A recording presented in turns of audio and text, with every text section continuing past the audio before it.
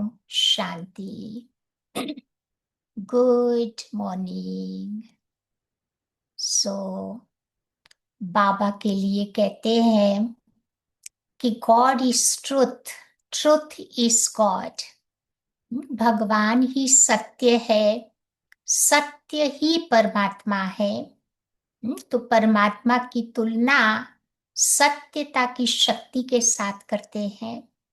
कहते हैं ना कि सच तो वीठो नच, जो सच्चा होता है वो सदा खुशी में नाचता रहता है।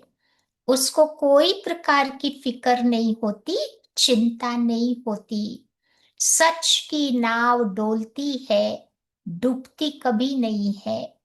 बाबा कहते तूफान उसके आगे आएंगे, लेकिन बाबा कहते वो नाव को बाबा डूबने नहीं देगा, क्योंकि उस नाव का खेवैया भगवान खुद है। एक बाइबल में स्टोरी लिखी हुई है। उस कहानी में कहते हैं कि एक बार जीसस क्राइस्ट कुछ लोगों को लेकर के बोट में सफर कर रहे थे। तो अचानक समुंदर में तूफान आया, पूरी बोट हिलने डुलने लगी। तो जैसे बोट हिलने लगी, बोट में बैठे हुए जो भाई बहन थे एकदम डर गए। परंतु जीसस का भगवान में विश्वास था, उसको डर नहीं लगा और उसने सबकी जीवन को बचा लिया अपने विश्वास के बल पर। तो बाबा भी कहते हैं कि हम बच्चे भी इस जीवन रूपी नाव में बैठकर अपनी सफर कर रहे हैं सचखंड में जाने की। तो इस जीवन रूपी नाव में भी बहुत सारे तूफान आते हैं। कितनी बातें आती है। तो आज की मुरली में बाबा यही बात समझा रहे हैं, चाहे कितने भी तूफान आए, लेकिन हमारा बाबा में से विश्वास कम नहीं होना चाहिए। तूफान और ही हमारे विश्वास को बढ़ाने का काम करता है। तो आज बाबा बता रहे हैं इस जीवन रूपी नाव में कौन कौन से तूफान हलचल पैदा कर देते हैं। तो सबसे पहला तूफान आता है, वो है बाबा कहते भौतिक वस्तुओं का तूफान। साधना करते करते सडनली हमारी बुद्धि साधनों की तरफ प्रभावित हो जाते हैं। मे बी डिजिटल गैजेट्स हो या कोई भी दुनिया की वस्तुएं हो, उसको बटोरने का, इकट्ठा करने का एम हमारा होता है। लेकिन बाबा कहते हैं कि हमें साधना को ज्यादा महत्व देना है। क्योंकि जो व्यक्ति साधना को महत्व देता है उसके पास साधन अपने आप आते हैं, उसको साधनों के पीछे नहीं भागना पड़ता है। तो दोनों का बैलेंस रख के चलना है, साधन और साधना। तो भौतिक वस्तुओं के तूफानों से हम अपने आप को मुक्त कर देंगे। फिर बाबा कहते शरीरधारियों की याद के भी तूफान आते हैं। कई बार आप देखो लोग जीवन में बहुत सारे रोड़े खड़े कर देते हैं, तंग करते रहते हैं, हैरान करते रहते हैं। क्यों? क्योंकि कोई जन्म में हमने उनको किया है, तो इस जन्म में वो आत्माएं आकर के हमारे से हिसाब किताब चुकतू करती है। इसीलिए बाबा ने हम बच्चों को कौन सी युक्ति बताई है कि बच्चे कोई को भी याद नहीं करना है अभी। एकदम अकेले बन जाना है, एक बाबा के पर डिपेंड रहना है। क्योंकि मनुष्य आत्माओं की डिपेंडेंसी हमारे में और ही लगाव, झुकाव, अट्रैक्शन को क्रिएट कर देगी। लेकिन बाबा में जितना जितना हमारा अटेंशन होगा, डिपेंडेंसी होगी, उतनी उतनी बाबा कहते हैं हम इंडिपेंडेंट बन जाएंगे। तो किसी के पर मुझे इस समय आधारित नहीं होना है। फिर बाबा कहते हैं कि कभी कभी चलते चलते तूफान आता है, लोग अपने हेल्थ के बारे में ही सोचते रहते हैं, वेल्थ के बारे में ही सोचते रहते हैं, कितनी चीजें अक्यूमुलेट कर देते हैं कि भाई हमारे पोतरे पर पोतरे खाएंगे। तो इकट्ठा करने की, अक्यूमुलेशन करने की जो आदत होती है, बाबा कहते यही आदत हमारे आगे एक परीक्षा के रूप में अंत में आएगी। चलो अक्यूमुलेट करना ही है, तो ऐसी चीज को हम अक्यूमुलेट करें जो हमारे साथ जाने वाली है। तो ये ज्ञान रूपी धन, परमात्मा की याद रूपी धन, अच्छे कर्म रूपी धन जो हमारे साथ चलेंगे, उनको मुझे अक्यूमुलेट करना है। बाकी दुनिया की तो जितनी भी चीजें हम इकट्ठी करेंगे ना, बस यही छोड़ के जाएंगे, किसी और के लिए हम मेहनत कर रहे हैं। तो अभी हमारा अक्यूमुलेशन, पापा कहते ये अविनाशी धन की ओर होना चाहिए। फिर बाबा कहते चलते चलते अहंकार का भी तूफान आ जाता है। क्योंकि ब्राह्मणों को फाइनल विकार जीतना है, वो है अहंकार। कैसे पता चले कि हमारे में अहंकार है? चलो कोई व्यक्ति हमको कुछ बताता है, अगर मुझे अंदर में हर्ट हो रहा है, दैट इज अहंकार। क्योंकि जो व्यक्ति अहंकारी होता है ना, वो कभी किसी का अपमान सहन नहीं कर सकता, न खुद का, न जिसको वो चाहेगा उसका अपमान सहन नहीं कर पाएगा। इसीलिए बाबा कहते हैं कि अभी बार बार पुरुषार्थ करना है। कल भी बाबा ने मुरली में बताया ना कि दो ही शब्द रोड़े खड़े कर देते हैं इस स्पिरिचुअल लाइफ में, आई एंड माई, मैं और मेरा। जब मैं कहते हैं तो मैं आत्मा बुद्धि में आवे, जब मेरा कहते हैं तो मेरा बाबा बुद्धि में आवे। तो फिर ये अहंकार की माया से हम फ्री हो जाएंगे। फिर बाबा कहते भय का भी तूफान आता है, क्योंकि आजकल देश दुनिया की हालतें देख रहे हैं ना, everything is happening so suddenly. तो भविष्य का एक डर बना हुआ है कि क्या होगा।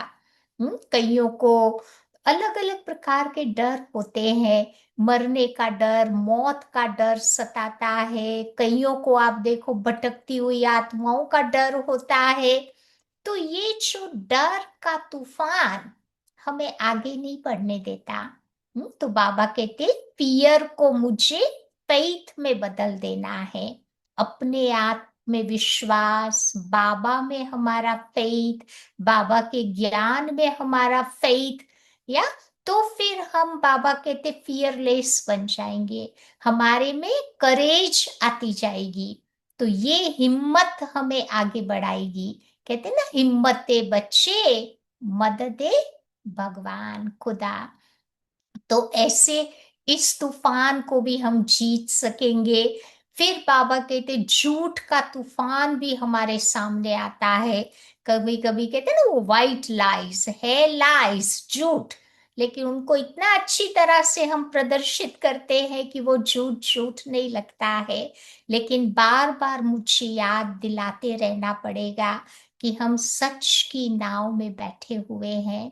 तूफान आएगा, लेकिन सच की नाव कभी नहीं डुलेगी, कभी नहीं डूबेगी। डोलेगी बहुत, डूबेगी नहीं, क्योंकि उसका खिवैया हमारा बाबा है। झूठ की नाव होगी तो बाबा कहते वो डूब जाएगी। कहते ना भगवान के घर में देर है, अंधेर नहीं होती। हम्म, क्योंकि सच को कभी भी साबित करने की जरूरत नहीं होती, वो अपने आप प्रूफ हो जाता है, अपने आप प्रत्यक्ष हो जाता है। तो बार बार याद दिलाते रहे कि सच की नाव में बैठे हैं, वो नाव पार होकर के ही रहेगी। तो ये अलग अलग प्रकार के 7 तूफान, ये सच की नाव को खूब हिलाते हैं, डुलाते हैं, तो वो नाव में नहीं बैठना है। तो कौन सी नाव में बैठेंगे?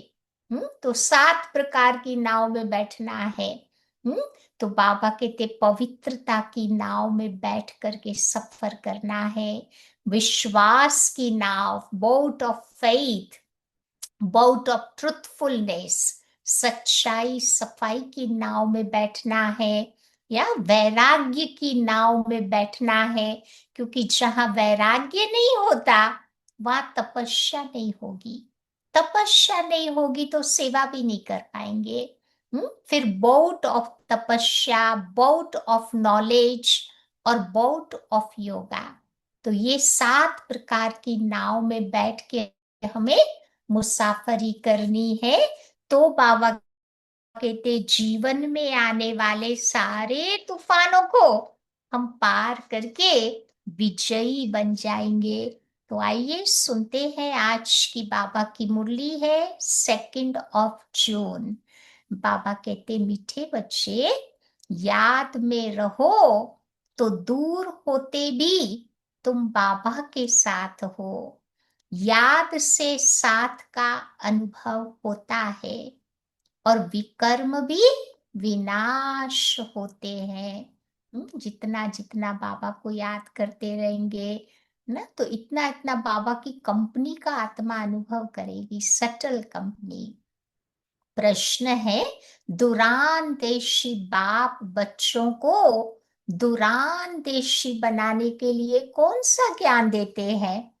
दुरानदेशी मीन्स फार साइटेड इंटेलेक्ट, जिसकी बुद्धि दूर दूर तक जाती है। अभी कितना दूर हमारी बुद्धि जाती है? परम धाम तक। परम धाम कितना दूर है? किलोमीटर में तो मेजर नहीं कर सकते ना उसको। तो बाबा ऐसे बच्चों को कौन सा ज्ञान देते? तो बाबा कहते हैं कि आत्मा कैसे चक्र में भिन्न भिन्न वर्णों में आती है।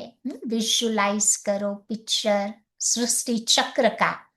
उसमें अलग अलग वर्ण में आत्मा कैसे आती है, इसका ज्ञान दुरान देशी बाबा ही देते हैं। तुम बच्चे जानते हो, अभी हम ब्राह्मण वर्ण के हैं। इसके पहले ज्ञान नहीं था। तो कलयुग में कौन सा वर्ण था? शूद्र वर्ण। आज बाबा रिवर्स साइकिल घुमा रहे हैं। या तो पहले थे, बाबा कहते कलयुग में शूद्र वर्ण के, फिर द्वापर में थे वैश्य वर्ण के, फिर त्रेता में थे क्षत्रिय, और सतयुग में जो होते हैं वो देवता। तो बाबा कहते दूर देश में रहने वाला बाप आकर ये दुरान देशी बनने का सारा ज्ञान बच्चों को देते हैं। आज का गीत है, जो पिया के साथ है उसके लिए ज्ञान बरसात है। ओम शांति। जो ज्ञान सागर के साथ है उनके लिए ज्ञान बरसात है।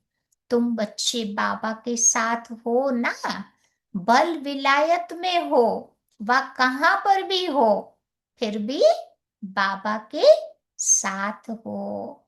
याद तो रखते हो ना? अब तो कहाँ पर भी बैठे हैं तो बाबा थोड़ी भूलता है। बुद्धि से तो बाबा का साथ हाथ रहता ही है। जो बच्चे बाबा की याद में रहते हैं वो तो सदैव बाबा के साथ है।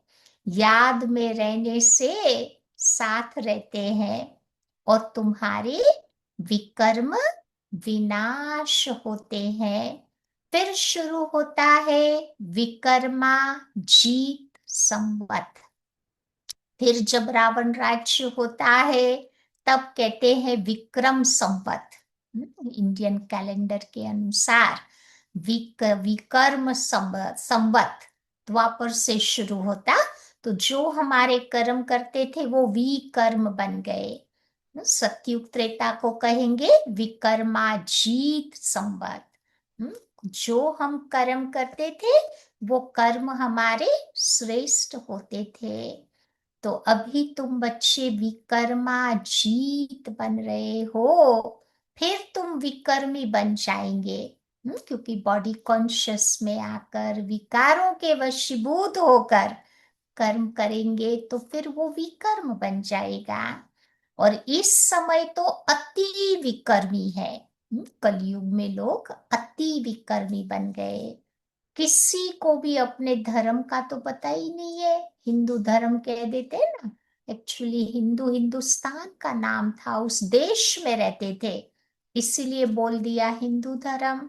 बाकी हिंदू कोई धर्म का नाम नहीं है। असल में जो धर्म था वो आदि सनातन देवी देवता धर्म था। तो आज बाबा एक छोटा सा प्रश्न बच्चों को पूछते हैं कि सतयुग में देवताएं ये जानते हैं कि हम आदि सनातन देवी देवता धर्म के हैं? सोचो आप, सतयुग में उन्हें पता चलेगा?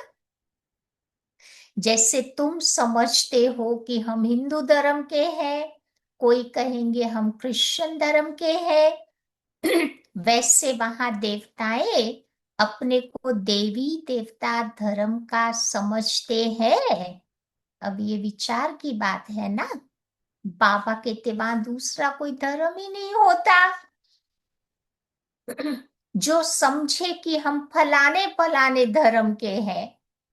सतयुग में तो एक ही धर्म, सब कुछ एक है। एक धर्म, एक मत, एक भाषा, एक राज्य।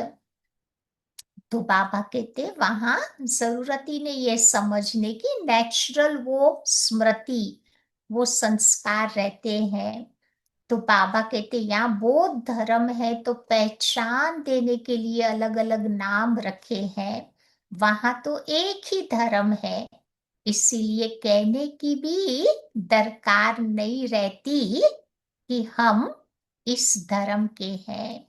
उनको पता ही नहीं कि कोई धर्म भी होते हैं। और धर्मों की वहां तो जरूरत ही नहीं है ना।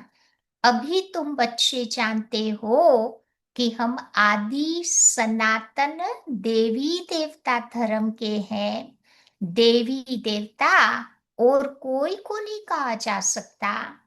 पतित होने के कारण अपने को देवता नहीं कह सकते, पवित्र को ही देवता कहा जाता। अब वहां पर तो ऐसी कोई बात होती ही नहीं, सब देवी देवताएं आप देखो है ही पवित्रता। 16 कला संपूर्ण, संपूर्ण निर्विकारी, सर्वगुण संपन्न। तो वहां कोई से उनकी भेंट ही नहीं की जा सकती। जब दो चीजें होती है ना, प्यूरिटी इम्प्यूरिटी, तो कंपैरिजन करते हैं, तो वहां तो जरूरत ही नहीं है। अभी तुम बच्चे संगम पर हो, तुम जानते हो आदि सनातन देवी देवता धर्म फिर से स्थापन हो रहा है। वहां तो धर्म की बात ही नहीं होती, है ही एक धर्म। तो ये भी बच्चों को समझाया है। जो कहते हैं कि महाप्रलय होती है अर्थात कुछ भी नहीं रहता, ये रॉन्ग हो जाता। विनाश होगा। परंतु कुछ बाबा के योगी बच्चे, ज्ञानी बच्चे बचेंगे, जिनके द्वारा नई दुनिया की शुरुआत होगी। तो इतनी बड़ी सृष्टि क्या करेंगे? एक भारत में ही देखो कितने गांव है। पहले जंगल होता, फिर धीरे धीरे उनसे वृद्धि होती जाती। वहां तो सिर्फ तुम आदि सनातन देवी देवता धर्म के ही रहते हो। ये तुम ब्राह्मणों की बुद्धि में बाबा अभी धारणा करा रहे हैं। अभी तुम जानते हो ऊंचते ऊंच शिव बाबा कौन है, उनकी कितनी पूजा होती। भक्ति में आप देखो बाबा की कितनी पूजा होती। जो 4 धाम बताते हैं ना यात्रा के, नॉर्थ साउथ ईस्ट वेस्ट, जो बाबा के ही तो मंदिर है। 12 ज्योतिर्लिंगम।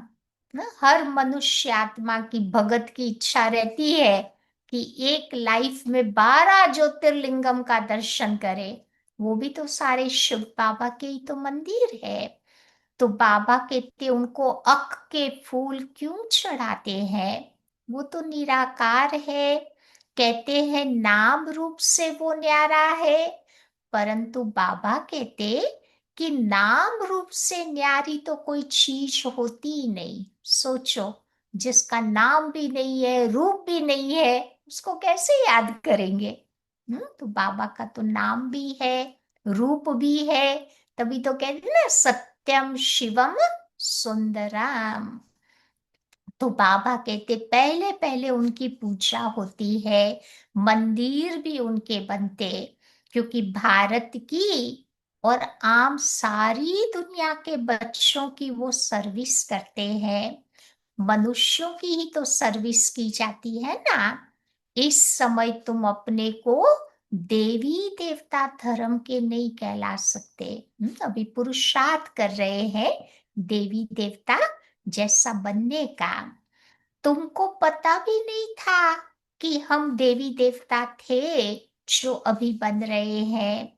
अभी बाबा बैठ समझा रहे हैं ये, कि ये नॉलेज सिवाय बाप के कोई नहीं दे सके। बाबा को तो कहा ही जाता है ज्ञान का सागर, नॉलेजफुल। गाया हुआ भी है, रचता और रचना को ऋषि मुनि आदि कोई नहीं जानते। वो भी नेति नेति करके गए। पहले के जमाने के ऋषि मुनि थे ना, द्वापर युग के, सच बता दिया कि हम नहीं जानते। नेति नेति माना भगवान और उसकी रचना को नहीं जानते। परंतु आजकल के ऋषि मुनि ना, कलयुग में तमो प्रधान तो सब बनते हैं ना, तो फिर अपने आप को ही भगवान कहलाना शुरू कर दिया। जैसे छोटे बच्चे को नॉलेज होती है क्या?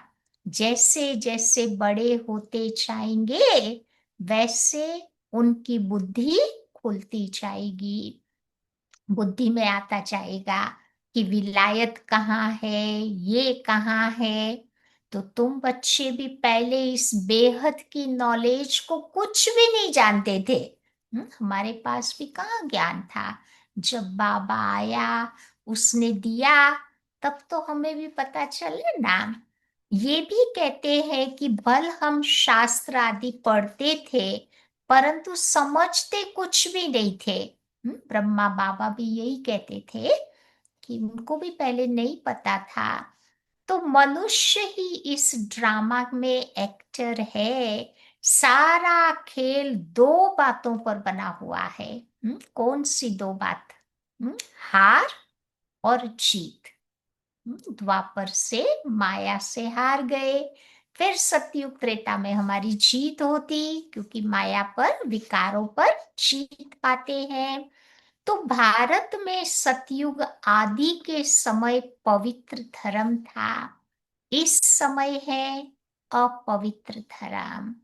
अपवित्रता के कारण अपने को देवता नहीं कह सकते, फिर भी श्री श्री नाम रखा देते हैं। लेकिन श्री माना श्रेष्ठ, श्रेष्ठ कहा ही जाता है। किसको कहेंगे? पवित्र देवताओं को। श्रीमत भगवान वाच्य कहा जाता है ना। अब श्री कौन ठहरे? श्री माना पवित्र। जो बाप के सन्मुख सुनकर श्री बनते हैं, या जिन्होंने अपने को श्री श्री कहलाया है। आजकल के गुरु लोग कितने बड़े बड़े टाइटल देते हैं अपने को, श्री श्री। आजकल 108 नहीं, 1008 जगत गुरु फलाना फलाना सारे भगवान के टाइटल लेके बैठे हैं। तो बाप के कर्तव्य पर जो नाम पड़े हैं वो भी अपने ऊपर इन्होंने रखवा दिए हैं। तो ये सब है रेजगारी की बातें, डिटेल की बातें। फिर भी बाबा बच्चों को तो एक ही बात समझाते हैं। कौन सी एक बात समझाते हैं? कि दिल से बाबा बाबा कहते रहो। गीत में भी सुना ना? दिल से कहो मेरा बाबा, मुख से भी कहो मेरा बाबा। तो यही वशीकरण मंत्र बाबा तुम बच्चों को देते हैं। तुम रावण पर जीत पहनकर जगत जीत बन जाते हो। तो घड़ी घड़ी अपने को आत्मा समझो। ये शरीर तो यहाँ 5 तत्वों का बना हुआ है। बनता है, छूटता है, फिर बनता है। नहीं, ऐसे ही तो होता है ना। शरीर छोड़ते हैं, फिर दूसरा शरीर लेते हैं। अब आत्मा तो अविनाशी है। अविनाशी आत्माओं को अब अविनाशी बाबा बैठ संगम पर पढ़ा रहे हैं। बल कितने भी विघ्न तुम्हारे सामने आवे, माया के तूफान कितने भी आवे, परंतु क्या करना है हमें? बाबा की याद में रहो। तुम समझते हो हम ही सतो प्रधान थे, फिर हम ही तमो प्रधान बने। तुम्हारे में भी तो नंबरवार जानते हैं ना। तुम बच्चों की बुद्धि में है कि हमने ही पहले पहले भक्ति शुरू की। द्वापर युग में जब हम आए तो पहले पहले भक्ति शुरू की। तो जरूर जिसने पहले पहले भक्ति की है उसने ही तो शिव का मंदिर बनाया। क्योंकि धनवान भी तो वही होते हैं ना। बड़े राजा को देख और भी राजाएं और प्रजा भी करेंगे।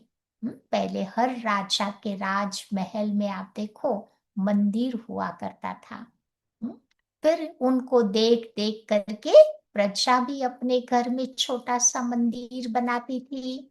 आजकल भी देखते हैं ना, कईयों के घरों में बना हुआ होता है ना मंदिर। एक छोटा सा कमरा होगा तो भी पूजा के लिए रख देते हैं। अब बाबा को पहचानने के बाद हम क्या करते हैं? छोटे से रूम को बाबा का रूम बना देते हैं मेडिटेशन। तो रोज एक ही जगह पर जब मेडिटेशन करते हैं ना, तो एक पावरफुल वाइब्रेशंस उस कमरे में क्रिएट होता है। तो हर घर घर में हम्म, एक नाइस अच्छा है बाबा का छोटा सा भी रूम हो, तो जहां बैठकर हम मेडिटेशन करें तो हमारे पूरे घर में एक बहुत पावरफुल वाइब्रेशंस क्रिएट हो जाता है। तो बाबा कहते हैं कि ज्ञान तो बहुत सहज है, उसमें उतना टाइम नहीं लगता, परंतु याद की यात्रा में टाइम लगता है। बाबा को याद करने में मेहनत है, क्योंकि बार बार बुद्धि इधर उधर भाग जाती है। भक्ति में पुकारते भी है कि बाबा आओ और आकर हमें पतित से पावन बनाओ। ऐसे नहीं कहते भक्ति में कि हमें विश्व का मालिक बनाओ। खाली बाबा को पुकारा हम सब ने, लेकिन ये नहीं कहा कि विश्व का मालिक बनाओ। सब कहेंगे कि पतित पावन आओ। तो पावन दुनिया कहा जाता है सतयुग को। इस दुनिया को कहेंगे पतित दुनिया। पतित दुनिया कहते हुए भी आज कोई अपने को पतित नहीं समझते, अपने प्रति घृणा नहीं रखते। तुम किसी के हाथ का नहीं खाते हो तो कहते हैं क्या हम अछूत हैं? अछूत माना अनटचेबल। तो बाबा कहते अरे हम कहाँ कहते हैं, तुम खुद ही कह रहे हो। वो खुद ही अपने आप को वो प्रत्यक्ष कर रहे हैं। तुम कहते भी हो कि हम पतित है, ये देवताएं पावन है, तो पतित को क्या कहेंगे? हम्म, तो बाबा कहते हैं ये विकारों रूपी विष तुमको आदि मध्य अंत दुख देता। जीवन के आदि मध्य अंत दुख देता, परंतु इनको कोई पॉइजन थोड़ी समझते हैं। विकारों को कोई पॉइजन थोड़ी समझता। जैसे अम्ली अमल के बिना रह नहीं सकता, शराब की आदत वाला शराब के बिगर नहीं रह सकता। लड़ाई का भी जब समय होता है ना, तो उनको शराब पिलाकर नशा चढ़ाए फिर लड़ाई पर भेज देते हैं। नशा मिला, बस फिर समझेंगे कि हमको ऐसा करना है। उन लोगों को मरने का डर नहीं रहता, क्योंकि वो शराब का नशा चढ़ा हुआ है ना। तो कहाँ कहाँ देखो बॉम्ब्स ले जा करके बॉम्ब सहित गिरते हैं। वो जिहादी लोग होते हैं ना, उसको कहते, वो बॉम्ब्स शरीर में बांध करके फिर वो बॉम्ब के साथ गिर जाते हैं। गायन भी है कि मिसाइल्स की लड़ाई लगी। तो राइट बात अभी तुम बच्चे प्रैक्टिकल में देख रहे हो। आगे तो सिर्फ पढ़ते थे, लेकिन अभी पता चला कैसे कैसे मिसाइल्स निकाले हैं, बुद्धि रूपी पेट से। कितने पावरफुल मिसाइल्स, एटम बॉम्ब्स, ये न्यूक्लियर वेपन्स, क्या क्या निकाला है। अभी तुम बच्चे समझते हो कि पांडव कौन है, कौरव कौन है। कहते हैं ना, पांडवों की भगवान के साथ प्रीत बुद्धि थी। हम्म, तो हम बच्चे हो गए पांडव, जो भगवान को नहीं मानते, वो कौरव हो गए। और यादव कौन थे, कहते ना, इन्होंने अपने पेट से मिसाइल्स निकाले। तो आज ये बुद्धि रूपी पेट से जितने मिसाइल्स, न्यूक्लियर वेपन्स निकाले हैं ना, वो यादव हो गए। उससे अपने ही कुल का वो विनाश करेंगे। तो बाबा कहते हैं स्वर्गवासी बनने के लिए पांडवों ने जीते जी देह अभिमान से गलने का पुरुषार्थ किया। कहते हैं ना, महाभारत वॉर हुई, सारे मर गए, 5 पांडव ही बचे। तो सोचा कौन किसके पर राज करेगा। इससे तो अच्छा है हिमालय के पहाड़ों में जाकर के हम भी गल मरे। हम्म, तो बाबा कहते हैं वो देह अभिमान से गलने का पुरुषार्थ किया है, ऐसे कोई शरीर से नहीं गल मरे थे। तुम बच्चे अभी जानते हो, ये पुरानी जूती को छोड़ने का हम अभ्यास करते हैं। जैसे जूते पुराने हो जाते तो हम घर में नहीं रखते ना, फेंक देते हैं। तो ऐसे बाबा कहते ये शरीर रूपी जूता भी 84 जन्म लेते लेते अब पुराना हो गया है। तो उससे भूलने का हम पुरुषार्थ करते हैं। अब ये पुराना शरीर छोड़ नया लेना है। तो बाबा बच्चों को समझाते रहते हैं। बाबा तो कहते हैं कि बच्चे, मैं कल्प कल्प आता हूँ। हर साइकिल की एंड में बाबा आते हैं। मेरा नाम ही है शिव, तभी तो शिव जयंती मनाते हैं, शिवरात्रि मनाते हैं। भक्ति मार्ग के लिए कितने मंदिर आदि बनाते हैं। इन्होंने भगवान के कितने नाम रख दिए हैं। कोई कोई तो कहते भगवान का नाम रूप नहीं है। तो कोई कोई ने भगवान के बहुत सारे नाम रख दिए हैं। तो बाबा कहते अलग अलग उनकी मतें हैं भक्ति में। देवियों के भी ऐसे ऐसे नाम रख देते हैं। तो देखो उनकी भी कितनी पूजा हो रही है। ये भी तुम बच्चे ही जानते हो कि जिसकी हम पूजा करते थे वही बैठ के हमें पढ़ा रहे हैं। जिन लक्ष्मी नारायण के हम पुजारी थे, वो अभी हम खुद बन रहे हैं। तो ये ज्ञान तुम्हारी बुद्धि में है। सिमरण करते रहो और औरों को भी ये बातें सुनाते रहो। जैसे भक्ति में भी प्रसाद मिलता है ना, घर जाकर थोड़ा थोड़ा सबको बांट के फिर खाते हैं। तो ये ज्ञान का प्रसाद जो हमें मिलता है, हमारा काम है सबको सुनाते रहो। बाबा भी कहते हैं जास्ती धारणा नहीं कर सकते हो तो कोई हर्षा नहीं, याद की तो धारणा है ना। बाबा को याद करते रहो। जिनकी मुरली नहीं चलती है तो यहाँ बैठकर सिमरण करते रहे। कई बार कई बच्चे कहते हैं हम किसी को ज्ञान नहीं सुना सकते। तो बाबा कहते कोई बात नहीं, एटलीस्ट जो बाबा की बातें हम सुनते हैं उसके पर विचार तो कर सकते हैं ना।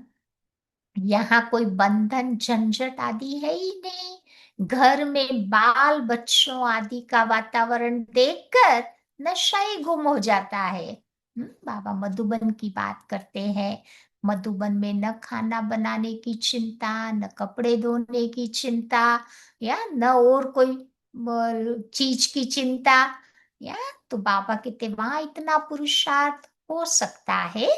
पर घरों में बाबा कहते कितने काम होते हैं, बच्चों को देखो, काम पर जाओ, घर का काम देखो, तो उसमें फिर वो जो नशा रहना चाहिए वो नहीं रहता। यहाँ चित्र भी रखे हैं। किसी को भी समझाना बहुत सहज है। वो लोग तो गीता आदि पूरी की पूरी कंठ कर लेते हैं। भक्ति में देखा है ना, वो जो गीता है ना, सारी की सारी बाबा कहते कंठ कर लेते हैं। ये सिख लोग भी ग्रंथ को भी कंठ कर लेते हैं। ग्रंथ साहिब को भी कंठ कर लेते हैं, मेमोराइज कर लेते हैं। अब तुम बच्चों को क्या कंठ करना है? हमें कौन सी बात याद रखनी है? बस बाबा को तुम बच्चे याद रखो। सारा दिन बाबा नहीं भूले, चाहे काम करते, चाहे खाना बनाते, चाहे ड्राइविंग करते, चाहे गार्डनिंग करते, बुद्धि में बाबा की याद बनी रहे। तो 5,000 वर्ष पहले भी बाबा ने तुम बच्चों को ये सिखाया था कि बच्चे, अपने को आत्मा समझ बाबा को याद करना है। और कोई की दुनिया में ताकत नहीं जो तुमको ऐसे समझा सके। तो ज्ञान का सागर एक ही बाप है, दूसरा कोई हो न सके। तो ज्ञान सागर बाबा ही तुमको समझाते हैं। आजकल ऐसे भी बहुत निकले हैं जो कहते हैं कि हमने अवतार लिया है। जो अपने को भगवान कहलाते हैं। इसीलिए बाबा कहते हैं कि बच्चे, सच की स्थापना करने में कितने विघ्न पड़ते हैं, कितने ऑब्स्टिकल्स आते हैं ना। परंतु तुम्हारे लिए ही गाया हुआ है। कौन सी बात गाई हुई है? सच की नाव हिलेगी, डुलेगी, लेकिन कभी भी डूबेगी नहीं। क्योंकि बाबा इस नाव का तिवैया है। अब तुम बच्चे बाबा के पास आते हो तो तुम्हारी दिल में कितनी खुशी होनी चाहिए। आगे यात्रा पर जाते थे तो दिल में क्या आता था? भक्ति मार्ग में भी तो गए होंगे ना, भले इस जन्म में नहीं, अगले जन्म में डेफिनेटली हम सब गए होंगे, यात्राएं की होंगी। तो बाबा कहते यहाँ जब घर बार छोड़ करके आते हो तो तुम्हारी बुद्धि में क्या ख्यालात आती है? मधुबन जाते हैं ना तो बुद्धि में क्या याद आता? कि हम बाप दादा के पास जाते हैं। बाबा ने ये भी समझाया है कि मुझे सिर्फ शिव बाबा कहते हैं। जिसमें मैंने प्रवेश किया है वो है ब्रह्मा। तो याद किसको करना है? ब्रह्मा बाबा को नहीं, शिव बाबा को। तो पहली पहली बिरादरी ब्राह्मणों की होती है। पहली पहली कास्ट ब्राह्मण, फिर ब्राह्मण ही देवता बनते। तो अभी दुरान देशी बाप बच्चों को भी दुरान देशी बनाते हैं। हमारी बुद्धि को भी बाबा बहुत ब्रॉड बना देते हैं। तुम जानते हो, आत्मा सारे चक्र में भिन्न भिन्न वर्णों में आई, इसका ज्ञान बाबा ही देते हैं। तुम विचार करेंगे, अभी हम ब्राह्मण वर्ण के हैं। इसके पहले जब ज्ञान नहीं था तो शूद्र वर्ण के थे। तो बाबा हमारा ग्रेट ग्रेट ग्रैंडफादर है, सब धर्मों का आदि पिता। तो वो ग्रेट ग्रेट ग्रैंडफादर है। तो फिर बाबा कहते कलयुग में हम ग्रेट शूद्र बने, फिर ग्रेट वैश्य बने, फिर क्षत्रिय बने, उसके पहले थे ग्रेट ब्राह्मण। तो अब ये बातें बाबा के सिवाय तुम्हें और कोई समझा न सके। इसको कहा जाता है दूरांदेशी का ज्ञान। कितना पूरे साइकिल की अनलिमिटेड हिस्ट्री जियोग्राफी बाबा समझाता है ना। तो यही है दूरांदेश का ज्ञान। दूर देश में रहने वाला बाप आकर दूर देश का सारा ज्ञान अपने बच्चों को देते हैं। तुम जानते हो हमारा बाबा दूर देश से इसमें आते हैं। तो ये पराया देश हो गया, पराया राज्य है। रावण का राज्य है ना, बाबा कहते मेरा राज्य नहीं है। शिव बाबा को अपना शरीर तो है नहीं, वो है ज्ञान का सागर। स्वर्ग का राज्य भी उनको देना है, श्री कृष्ण थोड़े ही देंगे, शिव बाबा ही देगा। तो श्री कृष्ण को बाबा भी नहीं कहेंगे। श्री कृष्ण बाबा शोभता ही नहीं है, वो तो कभी बाबा बना ही नहीं था। टीनेजर था ना, सतयुग में जब वो छोटा था बेबी, तब उसको मोहन कहते थे। फिर वो थोड़ा बड़ा हुआ टीनेज, उसको कृष्ण कहते हैं। फिर उसने शादी की, तो शादी के बाद नाम बदल गया, नारायण पड़ा। फिर विष्णु, वो लक्ष्मी नारायण का कंबाइंड फॉर्म। तो एक ही आत्मा के अलग अलग स्टेजिस वो है। भक्ति में मानते वो चार आत्माएं अलग अलग थी, ऐसी बात नहीं है। तो बाबा कहते हैं श्री कृष्ण को बाबा नहीं कहेंगे। तो बाबा ही तुम बच्चों को राज्य देते हैं। वर्षा भी बाबा से मिलता। अभी हद के वर्षे सब पूरे होते हैं। सतयुग में तुमको ये मालूम नहीं रहेगा कि हमने ये संगम पर 21 जन्मों का वर्षा लिया हुआ है। ये तुम बच्चे अभी जानते हो कि हम 21 जन्मों का वर्षा आधा कल्प के लिए ले रहे हैं। 21 पीढ़ी यानी पूरी आयु। पीढ़ी किसको कहते हैं? सतयुग में देखो हमारा लाइफ स्पान है 150 ईयर्स। तो पूरा 150 ईयर्स तक जिए उसको एक पीढ़ी बोलते हैं। तो वहां तो 21 पीढ़ी। सतयुग त्रेता में अकाले मृत्यु तो है ही नहीं। तो जब शरीर बूढ़ा होगा तब समय पर आत्मा शरीर छोड़ेगी। जैसे सर्प पुरानी खाल छोड़ करके नई ले लेता है ना, तो हमारा भी पार्ट बचाते बचाते ये चोला पुराना हो गया है। तुम सच्चे सच्चे ब्राह्मण हो, तुम्हें ही भमरी भी कहा जाता है। तुम कीड़ों को आप समान ब्राह्मण बना देती हो। नहीं, वो कीड़ा होता है ना, भू भू करके उसको बमरी बना देता है ताकि वो भी उड़ना सीख जाता है। तो बाबा कहते वही काम तुम बच्चे भी करते हो। दुनिया के मनुष्यों को ज्ञान की बू बू करके उनको ब्राह्मण यानी बाबा का बच्चा बना देते हो। तुम्हें कहा जाता है कि कीड़े को ले आकर ज्ञान की भू भू करते रहो। भमरी भी तो भू भू करती है, फिर कोई को पंख आ जाता, कोई कोई कीड़े मर भी जाते हैं। तो ये सारे मिसाल्स अभी के हैं। तुम लाडले बच्चे हो, बच्चों को नूरे रतन कहा जाता। ज्वेल ऑफ द आईज, नूरे रतन कहा जाता।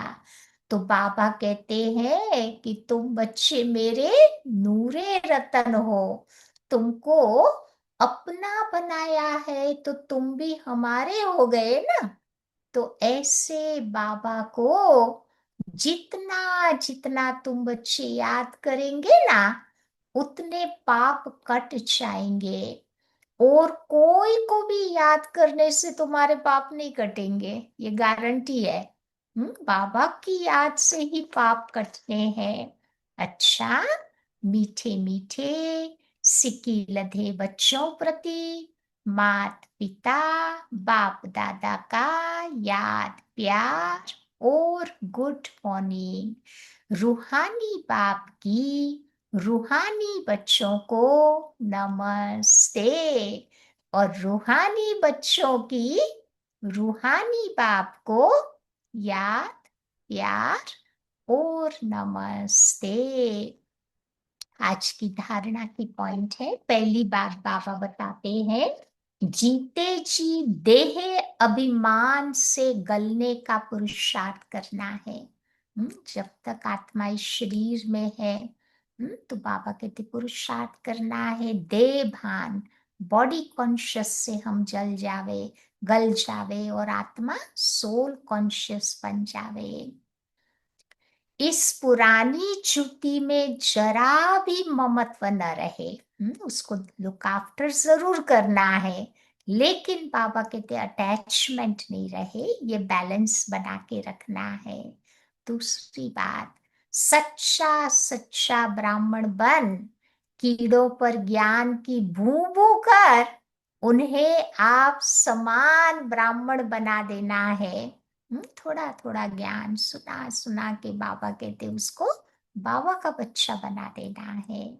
आज का वरदान है, अमृत बेले का महत्व जानकर खुले भंडारे से अपनी झोली भरपूर करने वाले तकदीरवान भव।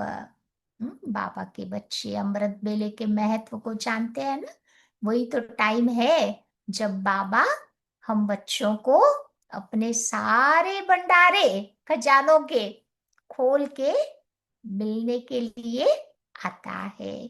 तो वो अमृत वेला, अमृत प्राप्त करने का बाबा कहते पूरा पूरा लाभ लेना है। अमृत बेले वरदाता भाग्य विधाता बाप से जो तकदीर की रेखा खिंचवाने चाहो, खिंचवा लो, क्योंकि उस समय भोले भगवान के रूप में वो लवफुल है। इसीलिए मालिक बनो और अधिकार ले लो। अमृत वेला बाबा को कोई भी बात करके खुश कर सकते हैं। जो चाहिए वो चीजें प्राप्त कर सकते हैं। तो खजाने पर कोई भी ताला चाबी नहीं है, 5 बजे तक तो बाबा फ्री है। उसके बाद भगत लोग बुलाते हैं। अब वो भी तो बाबा के बच्चे हैं ना, तो बाबा को उनकी भावना का भाड़ा भी थोड़ा कुछ देना पड़ता है। तो बाबा कहते हैं कि उस समय कोई ताला चाबी नहीं है, उस समय सिर्फ माया के बहानेबाजी को छोड़कर एक संकल्प करो कि जो भी हूं, जैसी भी हूं, आपकी हूं। ये संकल्प करो। जो है जैसे है बाबा के हैं, क्योंकि माया भी तो वही टाइम फ्री होती है ना। तो बाबा कहते अब रजाई लेनी है बाबा से, तो रजाई तो छोड़नी पड़ेगी। ठंडी में मीठी मीठी नींद आती है ना, तो ये माया का रूप है। मन बुद्धि बाप के हवाले कर तख्त नशीन बन जाओ, तो बाबा के सर्व खजाने अपने खजाने अनुभव होंगे। बाबा से जो गुणों की शक्तियों की प्राप्ति होती है ना, वो अपना फील होगा। आज का स्लोगन है, सेवा में यदि स्वार्थ मिक्स है तो सफलता भी मिक्स हो जाएगी। इसीलिए निस्वार्थ सेवाधारी बनो। कोई कामना, कोई अपेक्षाएं रखे बिना दिल से बाबा की सेवा करते जाओ, तो उसका फल अवश्य प्राप्त होता। फिर आज का व्यक्त इशारा है, ऐसा कोई भी ब्राह्मण नहीं होगा जो आत्म अभिमानी बनने का पुरुषार्थी न हो, लेकिन निरंतर आत्म अभिमानी, जिससे कर्मेंद्रियों के ऊपर संपूर्ण विजय हो जाए। हरे कर्मेंद्रिय सतो प्रधान स्वच्छ हो जाए। देह के पुराने संस्कार और संबंध से संपूर्ण मर जीवा हो जावे, उसके लिए अंतर्मुखी बनो। इसी पुरुषार्थ से ही नंबर बनेंगे। जितना काम है उतना मन बुद्धि से काम करो।